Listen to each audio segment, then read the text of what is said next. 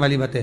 प्रत्येक महीने की पूर्णिमा को जिसके घर में दूध की सामग्री बनती हो, दूध की सामग्री तैयार होती हो, खीर प्रसाद तैयार होता हो, उसके घर में कभी क्लेश नहीं हो सकता। चाहे सास बहू एक दूसरे के सामने वो कहे ना, वो सांप और नेवले की लड़ाई क्यों ना, फिर भी शांति हो जाती है। पर प्रत्येक महीने की पूर्णिमा होना चाहिए। ये नहीं कि तुमने एक महीने की पूर्णिमा पे बना लिया और दूसरे महीने की पूर्णिमा को गायब कर दिया। फिर किसी ने कह दिया आज चूरमा तो बन रहा है, दाल बाटी तो बन रही है चूरमे के साथ में, लड्डू बन रहे हैं, तो काहे को खीर बना रही हो? तो तुमने अब वो खीर प्रसाद। हम विचारों में खो देते हैं कि परमात्मा सो रहा है, भगवान को जगा दूं। कई लोग कहते हैं मंदिर में घंटी इसलिए बजाई जाती है कि भगवान को जगाया जाए। ना ना ना, घंटी मंदिर में भगवान को जगाने के लिए नहीं बजाई जाती। घंटी इसलिए बजाई जाती है कि हम अपने दिल की बात अगर परमात्मा से कह ना पाए तो ये घंटी हमारे दिल की बात परमात्मा से कहे।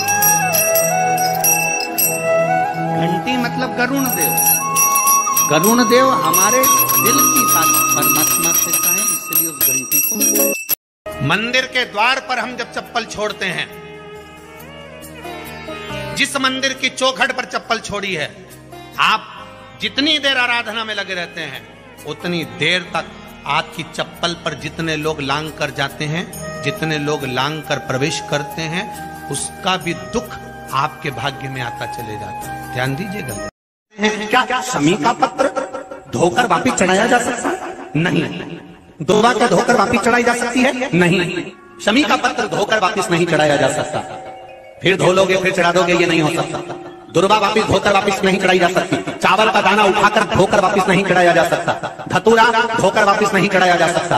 केवल एक बेलपत्र ऐसी है, केवल एक बेल का पत्ता ऐसा है जिसमें ब्रह्मा विष्णु महेश और 64 योगनियां और 33 कौटी देवता, आपको पहले भी कहा यहां से यहां तक 64 योगनियां, यहां से यहां तक 33 कोटि देवता इस बेलपत्र के अंदर विराजमान है। इसलिए इसको आप बार बार धोकर चढ़ाओगे तो भी वो स्वीकार कर लेगा। और बाकी किसी चीजों अगर धो भी नहीं पाओ तो केवल उठाया और भगवान का पंचाक्षर मंत्र बोला, नमः शिवाय बोला, तो ही चढ़ा दिया, तो ही स्वीकार कर। चलाना हमें मौन होकर, जहां नंदी बैठता है उस नंदी के बिल्कुल पास में 2 मिनट बैठकर, जब सोमवार का दिन हो या कभी आपको ऐसा लगे कि सोमवार को भीड़ ज्यादा रहती है मंदिर में, जब बाबा तुमको एकांत में मिल जाए, अकेले मिल जाए, एकांतेश्वर मिल जाए, तुम उसके पास में जहां नंदी बैठता है उसके नजदीक बैठकर नंदी के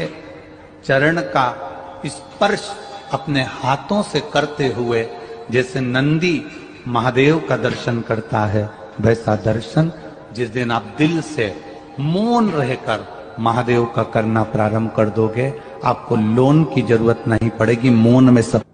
महादेव आप सभी की मनोकामनाएं पूर्ण करें। हर हर महादेव।